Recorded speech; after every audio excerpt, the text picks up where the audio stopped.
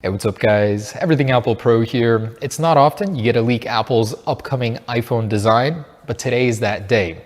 In collaboration with Max Weinbach, I'll be sharing with you the iPhone 12 Pro Max, the 6.7-inch flagship design. It's pretty much exactly what we expected it to be, but there are many little key differences between the 11 Pro Max and this device, which I did not foresee. So let's get into those details. There's so much here. First off, I want to say after SLS printing this, I spent some time with it comparing it. So many leaks to share that I had to split this video up in two. And this weekend we'll be doing another exclusive on the features and more in depth on the camera and displays, including Pro Motion or 100. And it's pretty standard issue to receive this CAD around this time. Unclear how, from where, but this is legitimate. John Prosser also chimed in saying, yes, this is the real deal.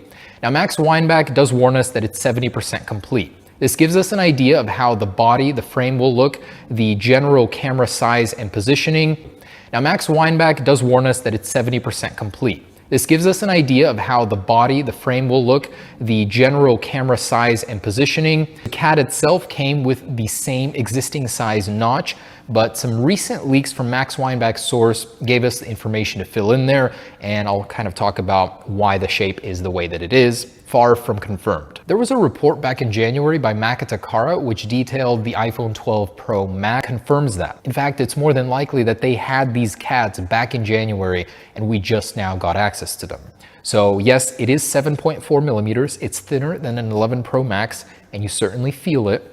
It is just a little bit of a larger device, slightly taller and slightly wider, 78 millimeters versus 77 of the 11 Pro Max. The display to body ratio is higher now. The bezels are 0.9 millimeters thinner, meaning it has a much more futuristic look. The entire phone is larger now. It's a 6.7-inch display, so it definitely feels massive. I mean, there's a huge presence to it. The source also confirmed the camera layout on the rear. That iOS 14 glyph that we saw earlier, it's true. They confirmed that is the actual layout. Now, the sizing and spacing of the lenses is not completely correct, but the overall lens is different. First off, it's about 5 millimeters larger in length and width, and it's now a perfect square compared to the 11 Pro Max, which is a slightly elongated rectangle. The bottom right module is a LiDAR sensor, although Apple is testing out a version where the LiDAR sensor sits on the top right. Now, alongside that CAD model, there was a separate model. Apple is still not done finalizing the design, so we could see some shift here, but Apple is looking into two separate prototypes. The other model had a notch that wasn't as tall, but was as wide as current notches on the iPhone. And this notch that you're looking at now, the glass is completely flat. Gone is 2.5D glass where the edge is wraps into the rounded frame. This glass is almost completely flat with a very subtle curve on the edges when you get in real close. The glass itself sits slightly above the frame, 0.08 millimeters, very similar to that of the iPad Pro right now. But generally it seems like a safer design where if you drop it, not as much glass is exposed as on current models. Now in the frame, the antenna bands are now getting wider. They're now 1.83 millimeters compared to 1 millimeter on the 11 Pro series, of course, because of 5G. We knew that Apple is working extensively on new antenna technology, and the new models will have higher cellular and Wi-Fi speeds. So this is a natural result of that. Apple is widening the antenna bands. Another interesting detail about the camera is the run-up is changing. The way it juts out of the glass on the back is changing. So the lenses on the current 11 Pro protrude much more than they will on the iPhone 12 Pro series. Those will be almost the new iPad Pro-like, where the lens itself sits closer to the glass. They don't jut out as much, but the overall lens run-up will jut out more. Here's a very crude graphic to show you that. So as you can see, the 11 Pro Max run-up slightly less, not as tall, but the 12 Pro one is taller, but the lenses themselves do not protrude as much. This, coupled with a larger lens, means that camera has quite a presence on the back, and it's a very even looking design. I honestly like it, but we got one thing wrong in our concept, so disregard this. The LiDAR sensor will likely have an aesthetic ring like the other lenses. We don't portray that in our renders right now, and our next exclusive renders will show that. It'll likely be slightly raised. for a more even look on the lens. And it's possible we made the lenses slightly too large in our concept. We don't know how much larger they're getting, but likely about 1 to 2 millimeters larger. We'll work on the spacing. Again, this CAD was only 70% complete. The rest we're filling in with the source's information. Now, I assume the smaller 6.1-inch Pro model will have the same large camera, but until we see that in the CADs, we cannot confirm it. Also, the mute switch, likely not going to be a vertical mute switch as Ben Geskin predicted earlier. So that one, as nice as it is on the new OnePlus series, will likely not be happening. Another interesting tidbit is the power button now sits lower. The phone overall is growing in size, so it makes sense that Apple is positioning the buttons slightly lower than the 11 Pro Max. This is a comfort move. I do like it. Now, it gets even stranger. The SIM card tray, yeah, that's been relocated to the other side of the phone. Now, unclear why this is happening, we can assume that the logic board is getting moved to the other side of the phone.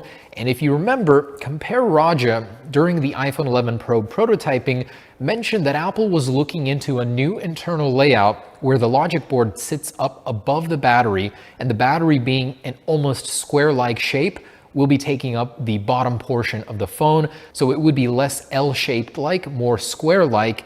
It's possible that that leak was just a year too early. And what's even crazier is what's replacing the SIM card tray is a smart connector. At first I was a little dubious of this, but seeing it in the CAD actually printed, yes, it looks like a smaller version of the smart connector. It's just as wide, 3.5 millimeters, same width as the iPad Pro's smart connector. And from that, we can assume it is a smart connector, just a slightly not as long version. It's 21 millimeters, whereas the iPad one is 20. We heard rumors long ago that Apple was working on an Apple Pencil for an iPhone or Apple Pencil compatibility. Of course, in its current state, it would not support an Apple Pencil as the power button would intrude on that charging. But it's possible Apple has one less speaker hole on the right side speaker grill versus the 11 Pro Max, something Makatakara reported on, saying the speaker grill would be more uniform on the 2020 lineup. And speaking of speakers, Max Weinbach's source reports that this year's iPhone will be getting better speakers. They'll be 10 to 15% louder with better dynamic range. Something I'm very much looking forward to, as the speakers have not been getting louder lately. They've been getting deeper, better audio, but not louder. So this is good news. And of course, the Lightning port remains. Apple is not going to USB-C. Like we heard earlier, they're jumping straight to a portless future, and that's why AirPower must come back. Can cranny inside the iPhone. A square design just seems logical, where they can cram more into a thinner, smaller, but wider in renders. It is happening. Apple is looking into it. They're actually testing out two separate versions of it. Both are fairly dark, but different shades of that navy blue. Apple is also considering replacing midnight green with a navy blue, which is most likely going to happen. Also, Apple is looking into new colors for the iPhone 12 successor non-Pro model, and the colors they're looking into are a light blue, a shade of violet, and a light orange. Out of those three colors, Apple is considering keeping two, and it's unclear whether those would be replacing existing colors. I'd assume so. So let me know what you think of that design. Personally, I love it. That filleted iPad Pro design on an iPhone needed to happen long ago, but it's the perfect design to herald the new age of 5G in an iPhone. Also, we should know more with the next set of CADs. Remember, these are old, from January of 2020, so there will be more changes in the more finalized CADs we'll be sharing in the future. And the last bit from Max Weinbach, that feature discovered in iOS 14. Apparently, Apple is trying to bring it to all car manufacturers, or at least more. Right now, they're working with BMW, which is why we saw the i8 in the iOS 14 leak. And they're even working with Tesla, but Tesla is being prickly about it. Come on, Elon, we want this feature on our iPhones. Native integration would be sweet. Oh, in iOS 13.4.5, Beta 2 was dropped. One notable change is that new feature when sharing a song from Apple Music to Instagram Stories now includes a direct link to visit that song in Apple Music. Apple is getting smarter, trying to...